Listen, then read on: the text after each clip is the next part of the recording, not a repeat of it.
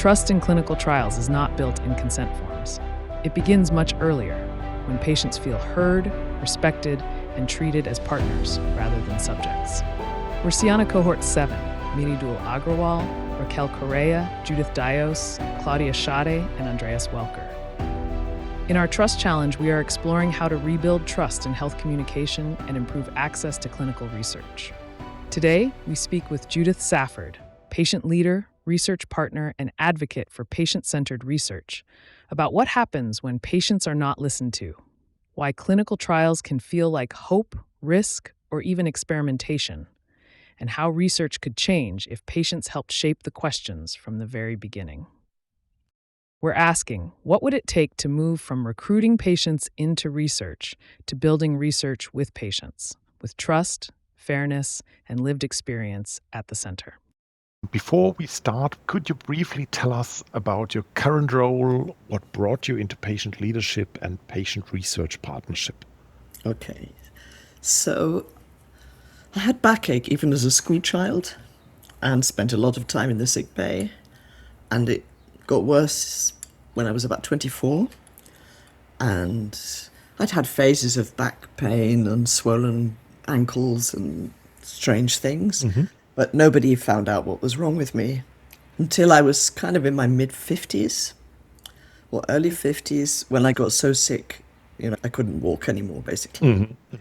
And then I changed doctors again, and this doctor immediately discovered that I wanted to do a blood test called HLA-B27. I went for this blood test. It was positive, which is an indicator that I might have spondyloarthritis. And this was quite likely because my brother has it, my niece has it, my grandfather had it. But somehow nobody had this idea before. And I'd been told as a child that women don't get it. So it was not on my radar, which was, even now, there are people that think that women don't get arthritis. And they do, but it expresses itself quite differently, often. Anyway, so I started a treatment, and because I was so sick, I very quickly got onto biologicals. And my life was absolutely transformed. In fact, I've done a TED talk about it where you can hear the story of that. And so you start asking yourself questions, why did it take such a long time to diagnose? Why this long suffering? Why is there no cure? Why is there no really adequate treatment? It's changed my life, but I know lots of people where it didn't change their life, it didn't work. And so I started reading about that, and I suppose one of the key questions was, why wasn't I listened to? Because despite undoubted intentions of many clinicians, at some level I wasn't being listened to. So that was my feeling. And then I just started reading on, perhaps because I'm from the UK, and the UK is a much more patient-centered system than, I lived in Germany for 12 years. I've lived in Switzerland now for 30 years. It was kind of easier to access the sort of thoughts and the ideas, and there was literature about it. Yeah, and then sort of my discoveries were that they're incredibly common, rheumatic diseases of all sorts, and that we don't really have cures, and for many, we don't have any cures, and we don't have very adequate treatments in many cases, or not very patient-centered treatments. And finally, that there wasn't any research being done.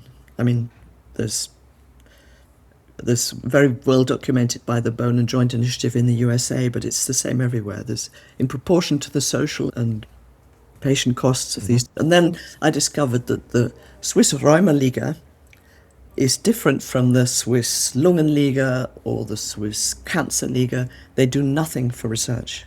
Nothing. So I thought, okay, there's lots of things I can't change, but I could change and make a foundation, make a fundraising organ for research. And I started that working for the head of the clinic at one of the Swiss university hospitals. He had his own foundation. And I worked there for a couple of years part-time. I wasn't able to work more, although it changed my life. I still was very fatigued a lot of the time, and just realized this is all about small molecules and industry, and the things that concern me are not being addressed. I see. So one thing led to another, and I began giving talks about this kind of thing because I like public speaking. I'd already done my TED talk, so that was an opener. And I founded my foundation, established it. I found somebody who gave me some money to start it. And what do you think, which experiences have most shaped your view of clinical research from the patient perspective?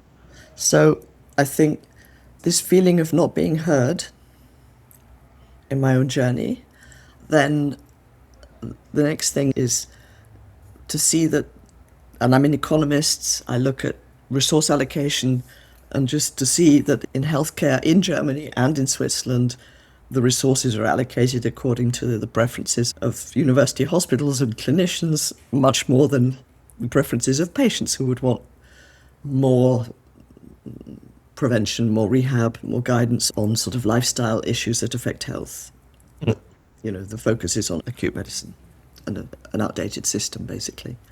So, yeah, I think those were, and then occasionally I had statements like, one doctor once said to me, "I'm the one that asks the questions, not you." And really, I don't like power structures. I like to empower the people that should have the power, so to speak. That's my own value thing. You said that you had insights in different health systems like German system, Switzerland and UK. So from your perspective, are there differences between the systems? How do patients typically hear first from clinical trials? How are they approached in the different systems? So I learned a lot about the UK, partly from growing up there, but also caring particularly for my mother, who was ill with Alzheimer's for 7 years. And in Germany, living as a student for a short time working.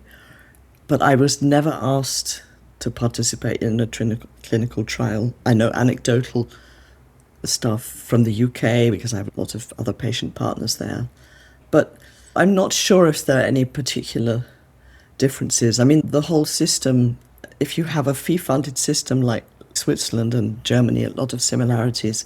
It creates different incentives, different attitudes. And the UK, for all its problems, is systemic, a much better system in my view. And there's much more respect towards patients. And of course, there are errors, but there's also much more and reviewing of it and critical reports and awareness of these issues. So I could imagine that in the UK, there'll be just as there is generally a better attitude. But in Switzerland, you hear about there's a data bank and you can go and look at it, but I really know nobody that does that because it's not sort of broadcast. And usually I was approached I then had, having just got back my health, I then got, at the beginning of the Sciana time, I was in cohort 3, I got breast cancer. And there I was asked to be in a trial. And I participated, but I dropped out. Because I don't know how it got through the ethics, I really don't. But it was about a cream because I had radiology and you get very burnt. Yes. And the standard cream, and then they wanted to test a cream that was, what do you call it, with a day potence, a few little bit of arnica in it, maybe 1 molecule per. I see. One of those ones, I forgot what they call them, from homeopathic. And if I'd been told that, I was told, oh, it's a cream with arnica in it. But they didn't tell me that it probably doesn't have any arnica in it because it's homeopathic. And I don't agree I didn't want to do the trial with that cream. And they were very upset. She was very upset. They took it very seriously that I hadn't been informed properly. So that was quite good. But I wasn't informed properly, because I think they should have told me, not an arnica cream, it's a homeopathic arnica cream, and that's a big difference. Oh, yes. Yes, it is. And otherwise, I know from trials from other patients, there was recently one where bariatric surgery. Yes, bariatric surgery. Yeah, exactly. So people that had the first surgery had failed and they wanted to do a second operation, and to test which one was better, the researchers wanted to blind the patients. So the patients would accept an operation, but they wouldn't know which operation they were going to have. Okay. And this is really ethically, considering that we do have some kind of guidelines about which operations suit which patients best, and the unpleasantness of the whole thing. I thought that was very shocking. And I think there's often inadequacies in how these things are presented, and that, that sometimes people feel like, an object of experiment and not a person. But as a patient expert, I always look at, like, very carefully, are the expectations of study participants, are they ethically acceptable? Are they likely to enable the recruitment intentions to be fulfilled? Yes. You know, so I think sometimes it's badly explained. Sometimes people just aren't looked after well enough during the trial. You had people that drop out. And people do it, especially in diseases like mine, and they really want to do it because they want to support research. I mean, they want cures, Obviously, I'm not that experienced about cancer. I know a lot of people with cancer, but my cancer was dealt with. But patients will do a trial to support research. But there has to be a kind of balance, no? There has to be it has to be made easy. I presented a paper about evaluating PPI. I presented it at the Euler conference in London last week, where we did some research on what makes PPI work. We'll come to that afterwards. So thank you. If I look at your questions, access to clinical trials, it does depend on the individual clinician or the recruiting study nurse. I think it depends a lot on how they present it. Yes, definitely. And from your experience and from the things you heard, are the clinical trials usually presented as a normal care option or access to innovation, or like more last resort, like if you don't do that, we don't have other options?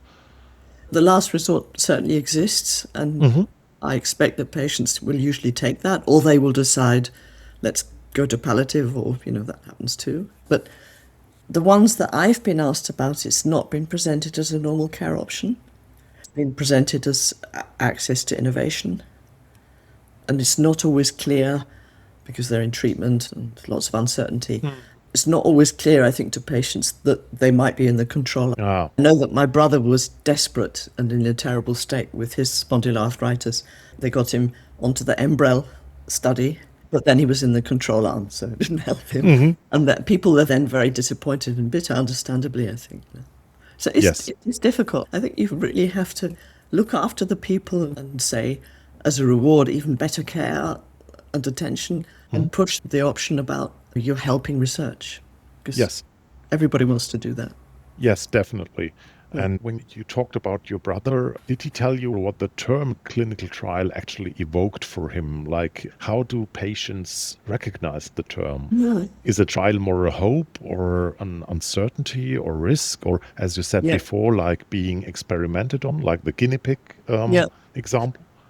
In his case, because the biologicals were coming onto the market, but he didn't have access, that's the NICE guidelines, that the costs were above the threshold. You may know about NICE has these guidelines and thresholds for non-treatments that aren't life-saving. There was an annual budget, and these new biologicals were more expensive per year than the allowed budget for treatment, single treatments for not life-threatening diseases. Of course, it's not immediately life-threatening spondyloarthritis. So he didn't get it, so he's hoping like anything. So I think we'd have to collect really more data and talk to more people. I've just got these anecdotal experiences. But certainly my brother would, because he knows that once you've got something like a diagnosis of rheumatoid arthritis, once you've got a serious diagnosis, I think educated people do often a lot of research and become very informed, and they want to support research. From your perspective, if you compare, we had some interview partners who saw a difference in the diagnosis set. People with cancer probably react different to trials than people with chronic diseases with a stable medication. Do you have experience with that? I know I was director of the National Registry for Rheumatic Diseases, and we did quite a lot of trials, mostly through questionnaires and maybe linking then to pictures or blood tissue. And the people were very keen to help, particularly if they saw a personal benefit. And we did a trial during the COVID pandemic to see how well the efficacy of the vaccinations for COVID worked on people that are taking biologicals, immunosuppressants. And the patients, that one thing that really encouraged, we had fantastic enrollment because we presented a dashboard where the patient could see their anti-titer value over time and could see how the protection went up after a vaccination, and then it would go down again, and then you thought, okay, now I need to get another vaccination, for instance. You could see when we were at home and we had packets that we had to send to the lab where you just pricked your finger and got a tiny bit of blood and then sent it to the lab. So if you can involve patients in a sort of very simple way and let them see the benefits, I think that would improve recruitment and improve participation. You really need to ask the patients if recruitment fails. Ask the patients why. Definitely, yes. And some of our interview partners from the clinical side or from the pharmaceutical side, they also pointed out practical barriers for patients. For example, travel time or income loss or something like that. Is that an issue that you also encountered? Sometimes it's really astonishing. I've got a friend with brittle bone disease. She's in a wheelchair. And she came to the children's hospital, and it was in a certain part of it where they were sort of doing trials. We were having a patients' meeting. I mean, it's terribly difficult for her to travel, obviously, but we couldn't find a toilet. So it was often very unexpected barriers. And there's some nice anecdotes from the UK, where, very simple things get forgotten. Is there a bus stop nearby? Or, And the other thing that is really often forgotten is it's not just the sort of actual tangible things like steps or toilets. It's also, if you have a chronic disease, I mean, you've got this chronic knowledge that helps you to manage it, and it's, things like diet, and for me, movement, and it's a part-time job. Yeah. And you may suffer from fatigue. It's quite onerous to do anything beyond survive. You're sick. Yeah, and that needs to be considered. So the costs and benefits are not the same as for someone who's, a healthy clinician. Yes. Just understand what it's like to live with a chronic disease and how you're constantly monitoring yourself and what hurts today and wake up and how do I feel. And if you look at from a more group perspective, are there patient groups whose perspective are underrepresented in clinical trials? Oh, definitely. One thing I was in the equity task force from the Swiss federal government, and just looking at really basic things like, do they have flyers in other languages than the local Swiss language? We have the highest rate of immigration in Europe. It's not measured so much because we're not in the EU. It's not so visible, but numbers. And so they're not going to see any information about a trial because they can't read it. I see. And the other thing was, I was wanting to do some work with a fantastic organization in Switzerland called Kunst am Bettrand, and they wanted to have a focus on people with rheumatic diseases. And I suggested to them, yes, we'll help you find these people. And the idea is that artists, be it musicians, singers, poets, people that read stories, artists go to people who can't go to concerts and present their art. That's really nice. It's an Irish woman here in Bern that does it. And I was saying, yes, we'll help you, but could we have access to these people? Because I would, in the context of different study ideas we have, these people and their views are never collected to us. And they didn't want to do it because they said they don't want to. Their promise is that the artists come unconditionally and there's no conditions. And I have to persuade them a bit more. But those people are completely ignored. They don't go to concerts, and we don't know what it's like if you're living with a severe disease and you're bedridden. And there's people with spondyloarthritis whose spine is so solidified, and their ribs as well, so they can't breathe very much because their ribs can't expand anymore. Or people with brittle bone disease, or people with fibromyalgia and terrible fatigue who are just at home. Yes. We've no idea. In Switzerland, at least, we have no idea their well-being, and I would love to change that. But yeah, I would like to touch on another subject a bit more, like trust and communication. So my question would be, From a patient perspective, what would a trustworthy conversation about a clinical trial sound like? Someone, a nurse, a doctor, or someone else, should one say so that a patient really could trust in this conversation? I think the main thing is having the time. If you even have the time, it's already big progress, right? And increasingly they don't have the time. And then it's interesting, I've thought about whether they should wear white coats or not. And I think they probably should, funnily enough. Not too much, maybe normal clothes on, white coats. So what you look like, and whether you are also prepared to listen for a bit. Because they're often so busy, they don't listen. Yes. And that immediately creates resentment and a loss of trust. So if you start with listening rather than telling, it's already a huge plus. And what I really like to look into, there was a study about lots and lots of patients are using AI now. Yeah. And it's not necessarily a bad thing. I'm helping a friend to create prompts and to help her ask the right questions because she's had a misdiagnosis in the UK. And lots of people use that. And I think that clinicians need to be aware that patients are getting better informed and to welcome it.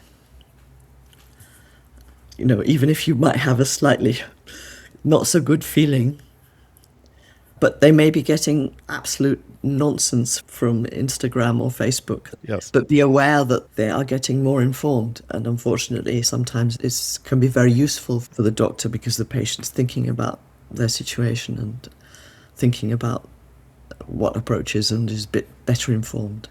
So I think that's an issue to be aware that trust has become totally compromised by this whole sort of social media problematic. Yes, I see.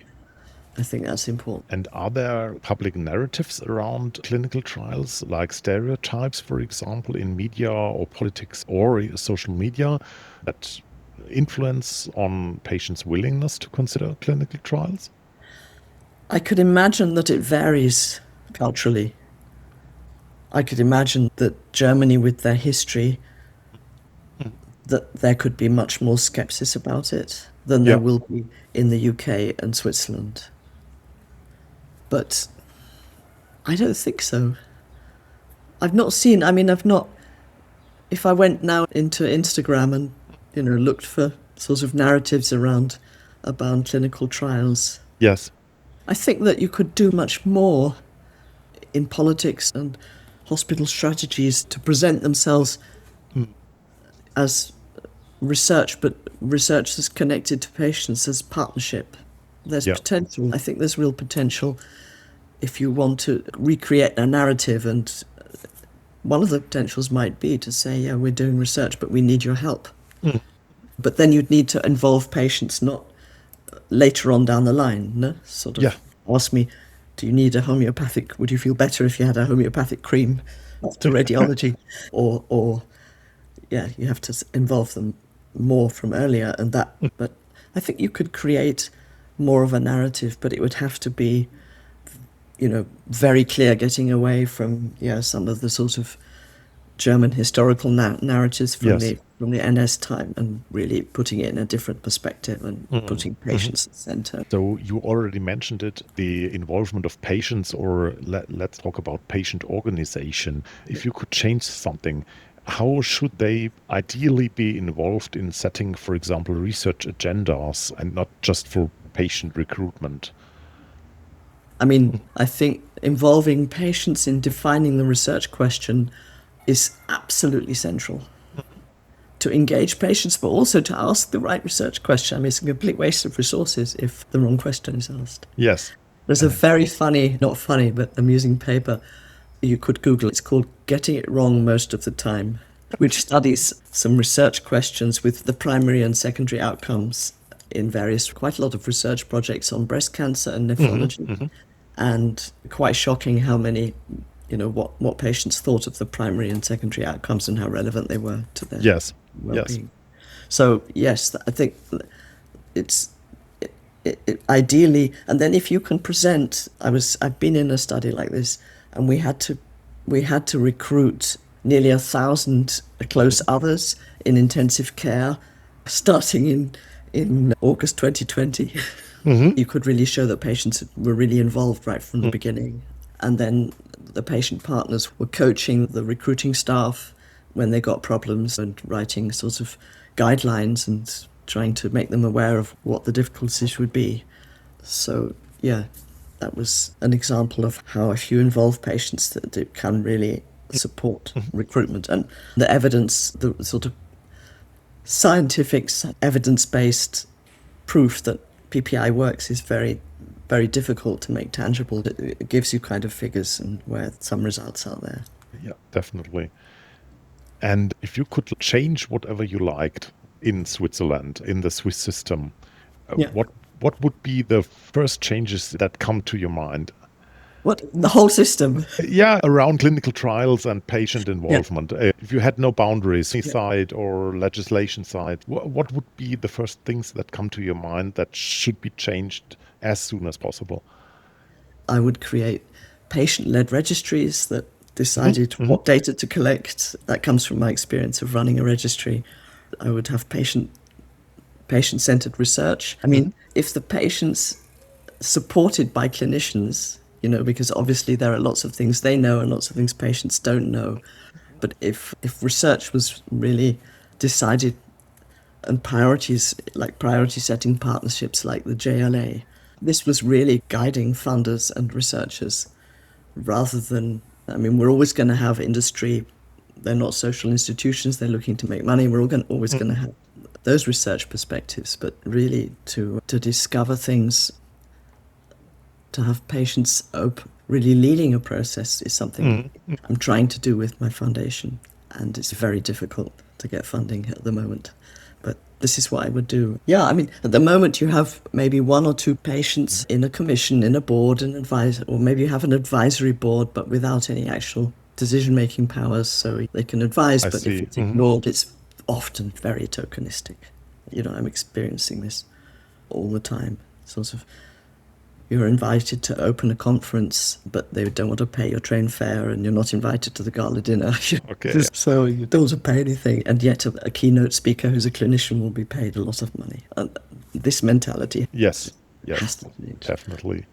I just won't do it anymore, but a lot of people will. And if you're talking about a level playing field, if I'm sitting in a study group with a couple of clinical directors and me, how can the playing field be level if I'm volunteering and not being paid anything and the others are in their working time and I'm taking time off work?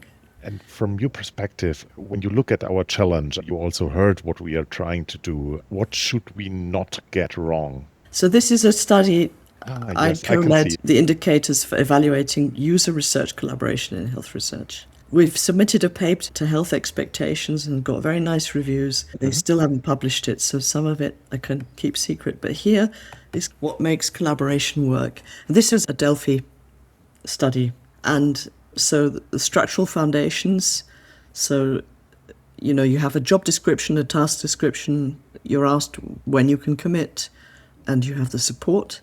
Then the relational dynamics, trust, mutual respect, accessible communication, and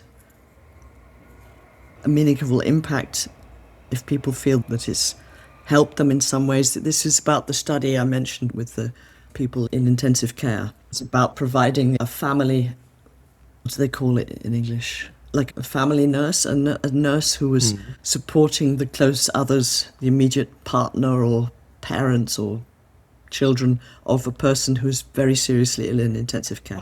Okay. And trying to reduce the trauma and the likelihood of depression and consequences afterwards. So that was sort of the research I've done, and we're waiting every day for the paper to come. So what should our Sciana challenge absolutely not get wrong? There's lots of little pieces I can put together. From the things I've been saying, you've heard a lot. I think it still goes down to the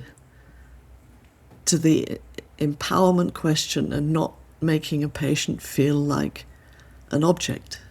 This is what you absolutely should not be done. To acknowledge, even though, of course, you sometimes have to think of a patient, a clinician has to think of a patient as an aorta that's not functioning properly. That specific situation, you sometimes have to think of the patient as an object and something to mend. But just to remember that there's a person with a life history and fears and strengths and weaknesses, and there's a person there, and just absolutely remember that. That was really helpful. And I'm glad that you found the time to talk to us. It was really nice talking to you. Well, keep me in touch otherwise, but I'm sure we'll have an opportunity if we have a Sciana meeting in Salzburg. Oh, yes, I'm looking very nice. Thanks. Okay. I'm looking forward to seeing you there. Yeah, me too. Bye-bye. Bye. Bye-bye.